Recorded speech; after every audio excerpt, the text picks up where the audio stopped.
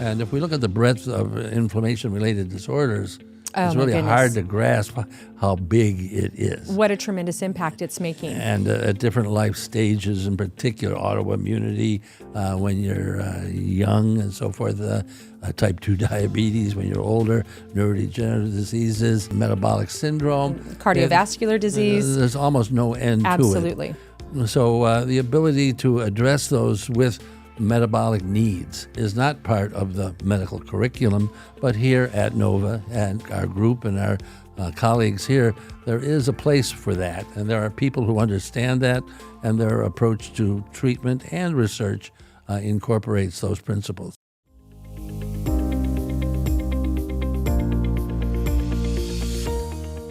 I'm very excited to introduce all of you to a very special guest we have today. It is Dr. Richard Deth. He is a professor in the Department of Pharmaceutical Sciences at NSU's Barry and Judy Silverman College of Pharmacy. Dr. Deth received his PhD from the University of Miami in 1976 and joined NSU in the fall of 2014. Prior to that, Dr. Deth served as faculty member at Northeastern University in Boston for 38 years. Dr. Deth has been published more than 100 times in research articles, books, chapters, and a monograph. Dr. Deth, thank you so much for coming and spending some time with me here today. Haylie, it's my true pleasure to be here today. Thanks for inviting me. Dr. Deth, I wanted to jump in and ask you a ton of questions today, but I want to start with a little bit of your specialty in research around brain and brain inflammation specifically. Mm-hmm. Can you share with us some of the things that are happening over in your department? My pleasure. I've been a researcher in brain-related things for about 30 years now, almost. Started out with autism as a focus for many years, and that still is a focus. But when I came here to NOVA, Southeastern, and affiliated with the INIM group here, which had a focus in inflammation, I gradually became appreciative of all the disorders that are associated with inflammation, chronic fatigue, Gulf War illness, etc. And so I started to pay more attention to inflammation. And then COVID happened. Right. And when COVID struck, if you will, early in 2020, I, like others, said, what can I do? What's the relationship of the things that I know about, where our lab and myself has expertise, and how might they relate to COVID? Well, it wasn't very long before one could appreciate that the cytokine storm that really is associated, of course, with severe COVID and with COVID itself, is really inflammation at work. And then I began to express my own interest, which had to do with the metabolic origin of things, in this case inflammation, to look to see what controls inflammation and why some people would have COVID in passing. Right. Other people would pass from COVID, that they would otherwise have the severe respiratory complications. What was the difference between those severe cases and those not severe cases? And this led us to look into, I say deeply, the molecular mechanisms that control inflammation. And interestingly, that, of course, took us back to autism as well as other brain disorders, because inflammation is also critical for all those across the lifespan. And I think so many of us learned the terms, cytokine storm, and really correlated inflammation to respiratory issues associated with COVID. Mm-hmm. But I think what's been so remarkable was the neural inflammation, the inflammation that happened within the brain. Mm-hmm. And I don't know that we predicted or expected a lot of what happened, but I think that especially in some of this long-term care that we're now starting to see, there's such a remarkable inflammatory response that hits the brain. Long COVID, is that what you're referring to here? Yes. Yeah, certainly long COVID expresses brain symptoms markedly, fatigue and really the malaise, the this feeling of being sick and unable to do your normal routine. These are mainly brain-related symptoms. So, it looks like long COVID is really an inability to terminate the inflammation that was acquired through COVID.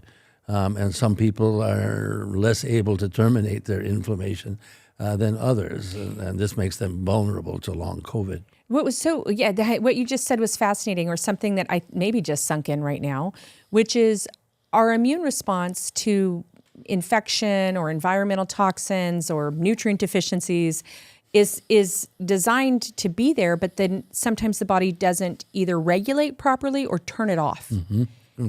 Precisely.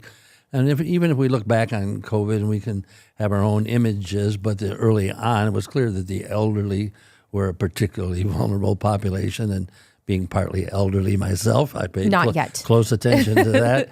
But then as time went on, other vulnerabilities came along, cardiovascular disease, for example, people that had type 2 diabetes were in this vulnerable category, if you will.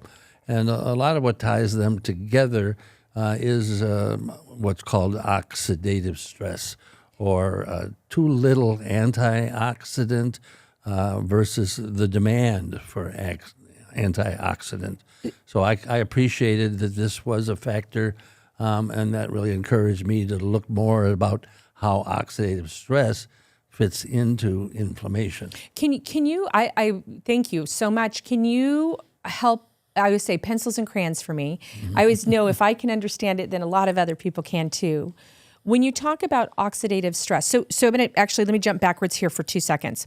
When we talk about inflammation, somebody said the other day in one of our clinicals that, why can't we just take an anti-inflammatory or even steroids, right, for an individual that has long COVID? Mm-hmm. And is it because the brain's affected and a lot of these meds don't cross the blood-brain barrier? Or why are we not able to easily reset? Are we starting to see the why in research yet? Well, it's always best to get at the fundamental cause of something rather than treating it superficially, treating the symptoms. You mentioned things like steroids. Why don't we use steroids? They work, they inhibit inflammation. You feel great for the first 24, 36 hours afterwards. And they do that, of course, importantly, by decreasing the number of white blood cells or immune cells that are floating around and secreting cytokines or inflammatory molecules.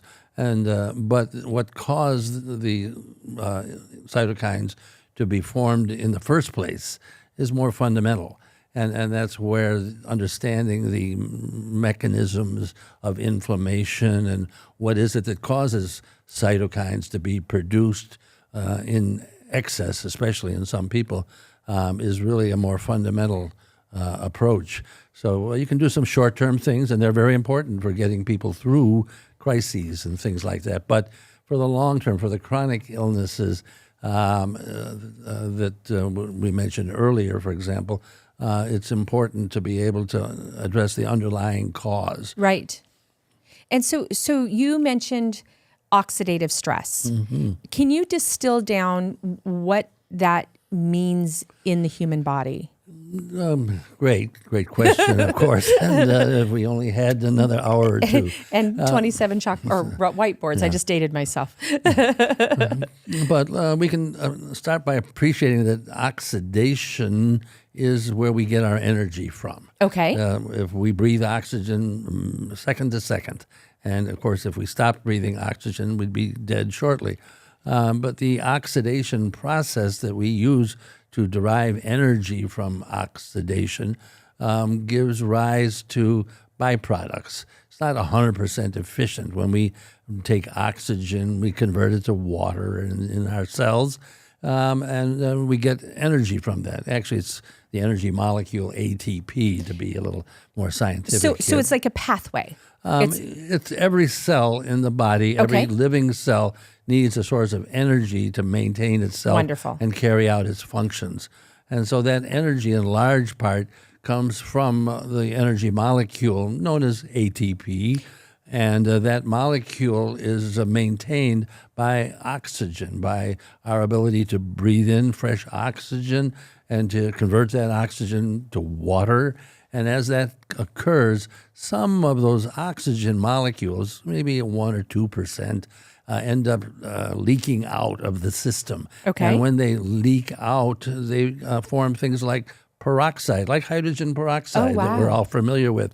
And those molecules, those reactive oxygen species, as they're called, they can damage your cells, and you don't want them to accumulate. You need to neutralize them. And are those is that free radicals? That includes free radicals, and to neutralize them, you need antioxidants, and you need to maintain enough antioxidant to meet your needs. Can you give me a couple examples of antioxidants? Well, the ones in the body that are most important are derived from sulfur. And the one that in all cells of the body is quantitatively the most important is the sulfur antioxidant known as glutathione. Ooh, I love glutathione. GSH for short. And you have to have enough of that in order to meet your needs. And some people don't. Can it come from food sources? Ultimately, it does. Everything does. Everything comes in and has to get across your GI tract, has to be absorbed and so forth, distributed through the body. And that's certainly true. If we look at our diet and we say, where do we get these raw materials from to make that glutathione? It's the sulfur amino acid cysteine. Cysteine is in lots of proteins, and it comes from animal proteins as well as plant proteins. And you need to absorb that cysteine in the GI tract effectively so that it's available for the whole body. And there's certain proteins that help bring it into the body from your GI tract.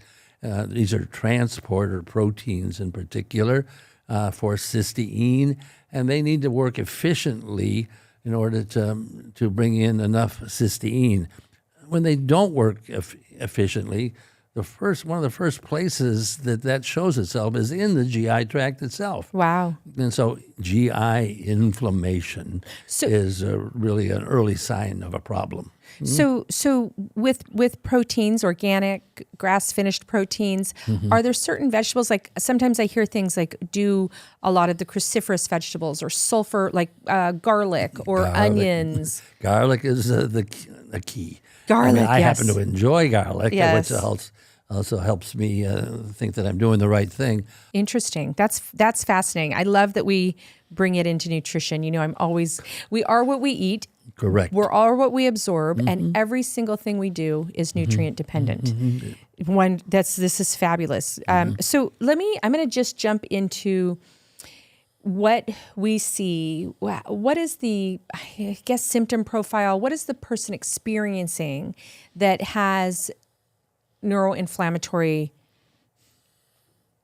free radical damage, oxidative stress? What types of symptoms are they feeling? What do they feel like? You mentioned feeling important, and quite frankly, feeling implies the brain. Yes. As opposed to touch, I suppose we can think of that. But the brain uses at least 10 to 15 times as much oxygen as any other tissue in the body. It has a terrifically high consumption of oxygen. It needs that oxygen in order to maintain its level of energy to support the activity, the nerve firing and so forth that really underlies brain activity. So what is going to show itself when there's a problem, the brain will be an early responder, if you will. You could think of it as a canary in the coal mine or something like that. And as far as what specific things are felt brain-wise, it really depends upon the age. Because our work with autism, of course, caused us to focus on the very early years of brain development. And brain development does not occur normally in kids with autism.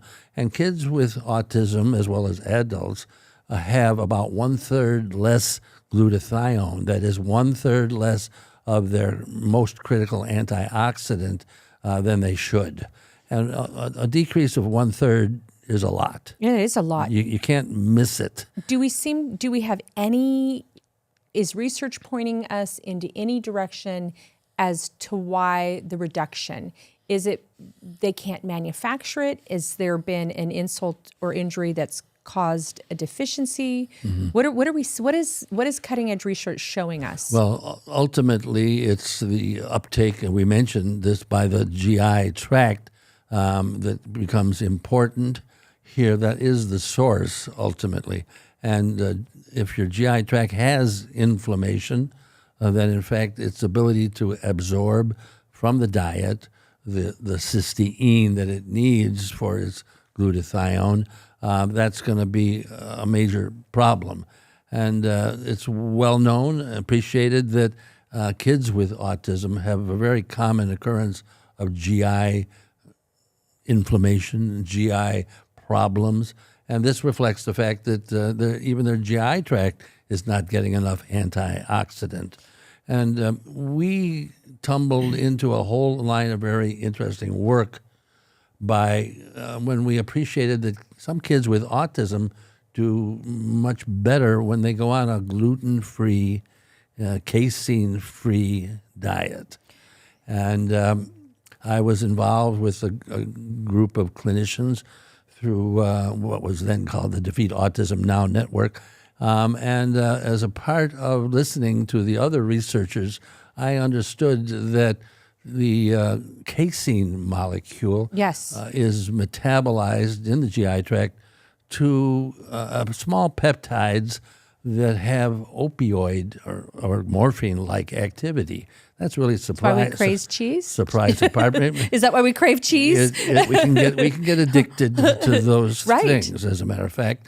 So we took a line of investigation to try to understand why it was that removal of the casein, particular from the diet, might be helpful, but also the gluten as well.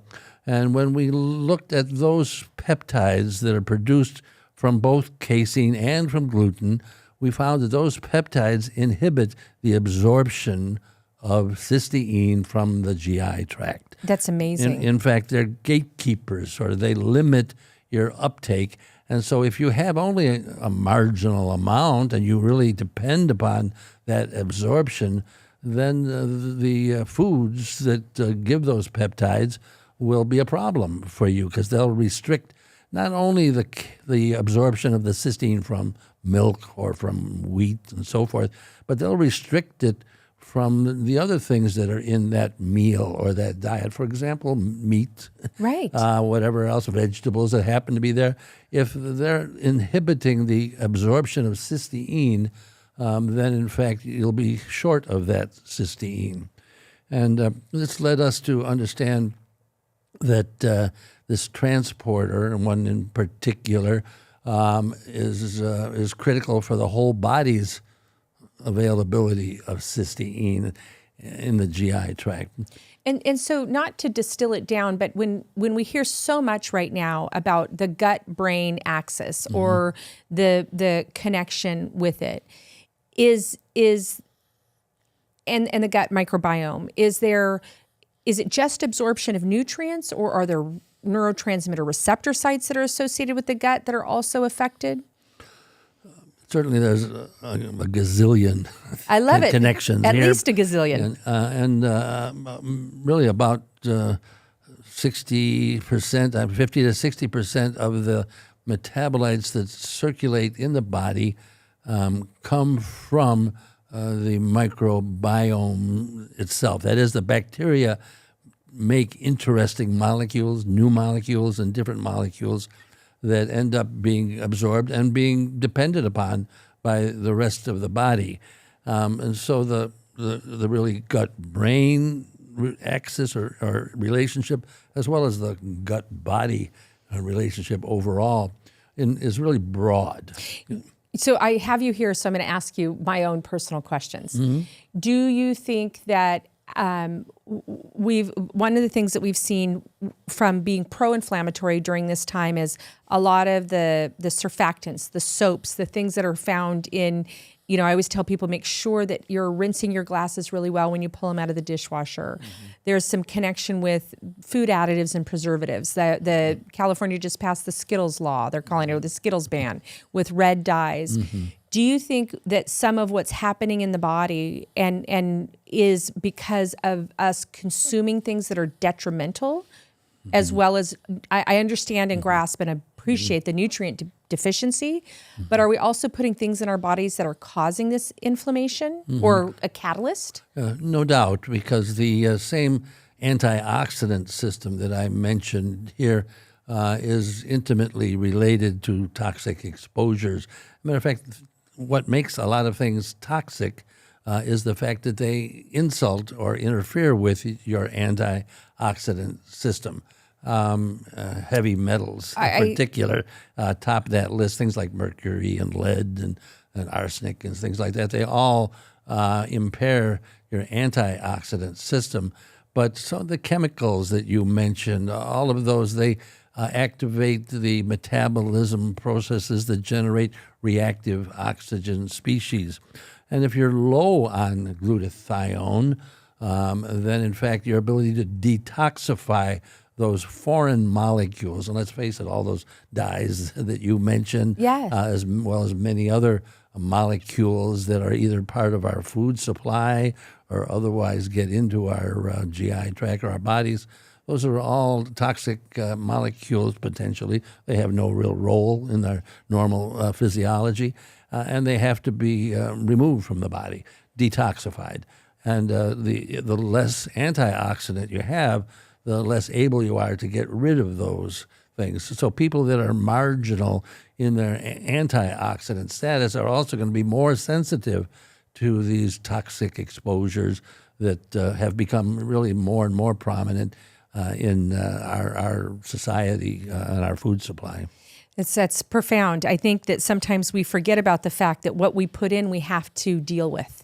Correct. It doesn't just pass through us, and it monopolizes critical. And if I just distill it down, the ability to have life, energy, oxygen, that's monopolized by something that's not serving us in a healthy way or serving us, period. That's right. Something that's always been on my mind, but also on our whole country's mind, but not really enough, in my opinion, is the increasing incidence of autism. Yes. And the fact that it's, as far as I know, still increasing. What is it, 1 in 35 or something like that births will end up with an autism diagnosis. When are we going to pay attention to something as frightening, profound, as that is?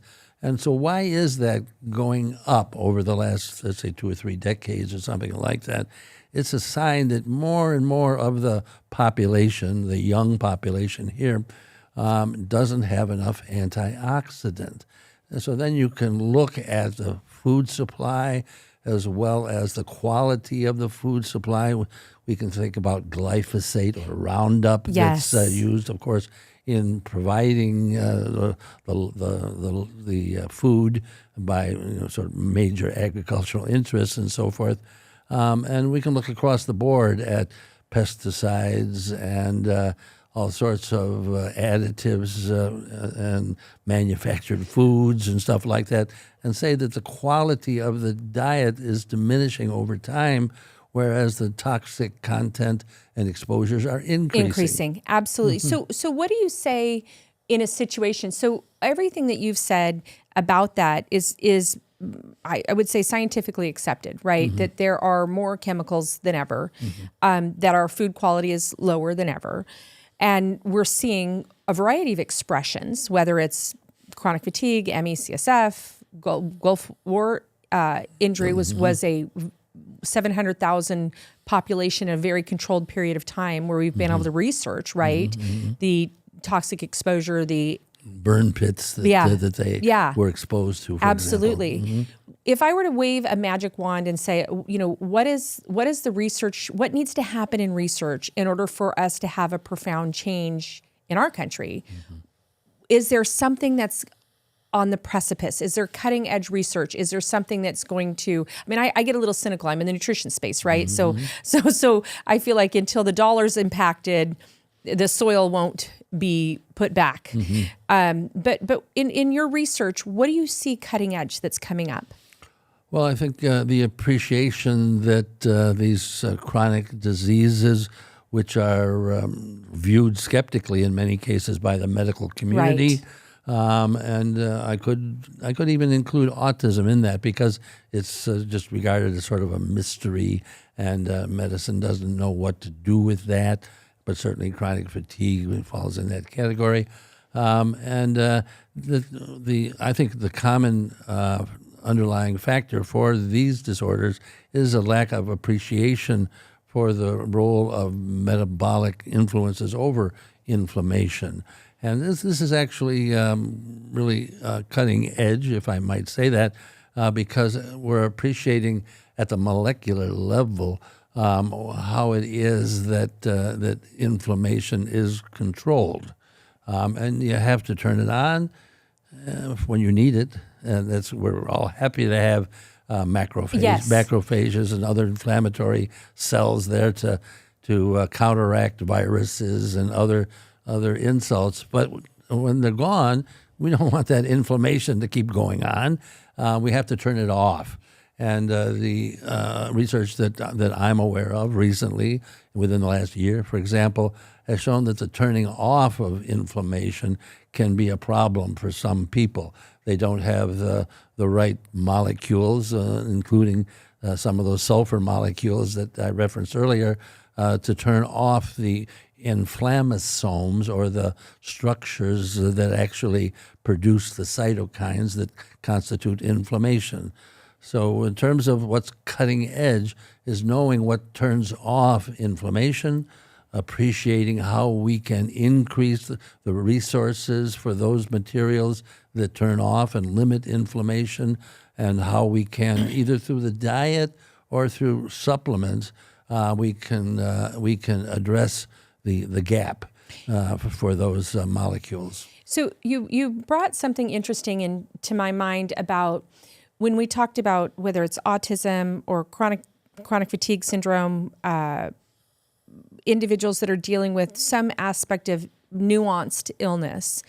I think as some of the research has moved into the metabolic stages, as we're looking at what's happening in the cell, we've removed a little bit of the, I want to say, blame game, the emotional piece of, if you would just rest more, have less stress, try harder, change your mindset, that when we're seeing physiologically what's happening in the cell, it's really been validating for a lot of people that have been struggling for a really long time. When we're able to, when research is coming to the forefront and saying, actually, these are white cell, B cells, T cells, these are things that are happening in your body that are not in a healthy homeostasis. It's not just all in your mind. I mean, maybe it's in the brain, but it's not, you're not making this up. And that's one thing about our institute is, first and foremost, when you walk through the door, we believe you.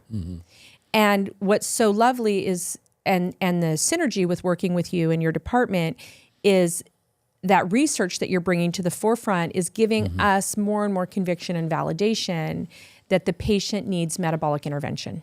You're exactly right. And in my personal case, the reason I ended up here at Nova Southeastern, I was at FAU. I had an appointment up at their campus in Jupiter here.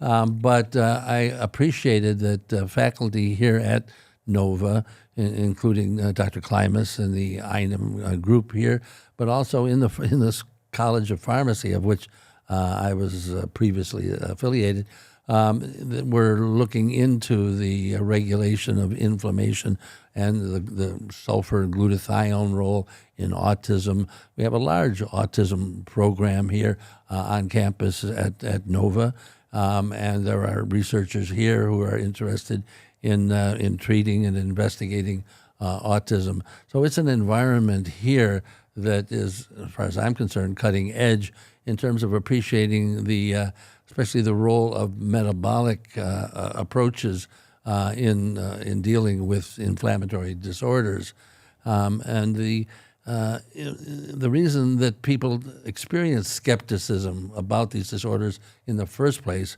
from, let's say, standard medical practitioners is because they don't have in their training or their armamentarium, they can't write a prescription, Exactly. generally speaking, Yeah. for the nutritional and metabolic agents that are in short supply in the case of inflammation. And if we look at the breadth of inflammation-related disorders, it's my really goodness. hard to grasp how big it is. What a tremendous impact it's making. And at different life stages, in particular autoimmunity when you're young and so forth, type 2 diabetes when you're older, neurodegenerative diseases, metabolic syndrome. Cardiovascular disease. There's almost no end Absolutely. to it. So the ability to address those with metabolic needs is not part of the medical curriculum, but here at NOVA and in our group and our colleagues here, there is a place for that. And there are people who understand that, and their approach to treatment and research incorporates those principles. And I love that we're coming up with new biomarkers to define, what's happening in the body and in the immune system. And that's so much through the fact that we have research-based clinics and we do translational research collaboratively with colleges across the university. That's right. You can't do these things in the dark. No. You really have to have the direction that comes from biomarkers, diagnostic assays, and various panels that will say, oh, your problem is XYZ as compared to other possibilities. And so with the understanding and the knowledge of how to approach those metabolic issues, then you can be effective in a way that you can't get from a prescription pad. Absolutely. And so, Dr. Deth, I want to give our community, I want to ask you, from a lifestyle perspective or consumption perspective, what is 2 things that you would say if you're dealing with chronic diseases, if you have a family or loved one or yourself, any kind of neuroinflammatory things, 2 things not to do that maybe a lot of people do, and then I want to hear 2 things to definitely do. 2 things not to do. Yes. Don't spray your roses. Well, you do. or even worse, your tomatoes. Well, you have to be careful of your diet. That's an easy one, and of course, almost too broad. But I promise I didn't prompt to. you. Well, yeah, we're here because we understand that. Yes. But it's extra important because of those raw materials, again, the sulfur amino acids that come from your diet, and you really have to pay attention to that, and you have to avoid the problems of a bad diet and a fad diet, and just find a natural with pure Real whole foods. food ingredients and sourced as best you can from local farms. I live near the agricultural reserve in Palm Beach County, and I'm glad to have access to Yes. fresh from the farm produce in that area in particular. So in diet, case, diet is a number one yes. and your environment, basically being aware of things that might be toxic insults that you might not be aware of in your environment, whether it comes from your air conditioner down here, your air conditioning system. You have to be careful there's no mold floating around in there, and that it's worth the investment to change those filters Yes. On your air conditioning system. And people at forget, home. and it can make such an impact. Yeah, so basically just aware of your natural environment, trying to make your natural environment more less toxic at the same time as more supportive in terms of the diet. And so I always ask, you see all those comments where like trauma nurses will say 2 things I would never do, jump on a trampoline or go bungee jumping. So as an individual that studies inflammation, neuroinflammation, brain inflammation, what are 2 common things that you see people do that you go, oh my goodness, knowing what I know about the brain, about inflammation, about the gut inflammation axis, I would never. Well, a lot of people don't fully understand the dairy-free diet or even a gluten-free diet, but I'll focus more on the dairy-free diet. That there are an important source of sulfur amino acids is the whey proteins that are in dairy.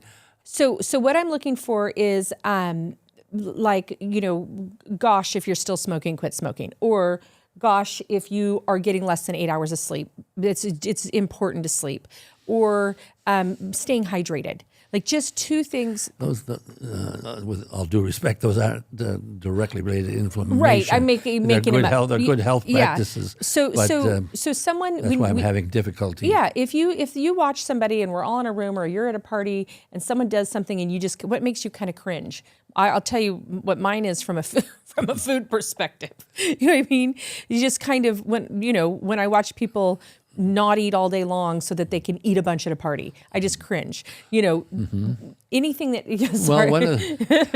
Well, you bring up parties. We're talking about things that you might avoid, and alcohol consumption is an interesting one because the very transporter that brings that much needed cysteine into the body in the GI tract and allows cells to take up the cysteine, immune cells included here, as well as brain cells, is very sensitive to alcohol. And we, in fact, showed some of this work ourselves, showed that alcohol inhibits that transporter and the effects that it has are very potent. So even a couple of drinks end up inhibiting the systems that are dependent upon your antioxidant status and so forth. So matter of fact, you probably get drunk easier because they're inhibiting your antioxidant status, and your brain is feeling the effects of having too little antioxidants. So because I have a history of TBI, you'll be happy when I tell you I'm a total teetotaler, right? But I will share with you, and it's funny that you said that. I've always wondered since my car accident why, if I do consume alcohol, I'm very little. It's like I had 7 of them. You know what I mean? My body more cannot. sensitive than definitely you more think sensitive. the average person might be, so forth. Yeah. I appreciate that because I don't think we get that recommendation a lot. If there's a particular transporter for the aficionados here. EAAT3 is its abbreviation here. That transporter in the GI tract, in the later part of the small intestine, down there, the distal ileum, as it's known, is where a lot of cysteine absorption has to normally take place. That's also where folate, folic acid, and vitamin B12 are absorbed in that same area there. So if that area is not absorbing the cysteine normally, let's say because of those opioid peptides that I referenced earlier, then inflammation in that area in particular will rob the body of the antioxidant molecule cysteine, as well as the B12 and folate that's needed for proper methylation and other important biochemical activities. And I might add also that inflammation in that area of the intestine has been linked to autism. Absolutely. Controversially, I suppose, but nonetheless has been reported frequently. And so we can appreciate how inflammation involving that and alcohol maybe worsening that might make some people more prone to inflammatory problems. Well, Dr. Deth, I appreciate this so much. All of us can be cognizant of our alcohol consumption, of our gluten consumption, of our casein consumption. We can all double down in our diet and really also clean up our environment. These are really strategic things that I think come from this massive body of knowledge in your research and also are integrating together across colleges. So I can't thank you enough. Please promise you'll come back. There was about 8 topics that you barely touched on that I know our community would love to dig deeper with. Well, that's very nice of you. And I'm sure we'll have some new ideas, some new topics to discuss the next time around. It sounds wonderful. Thank you so much for being here. And thank you.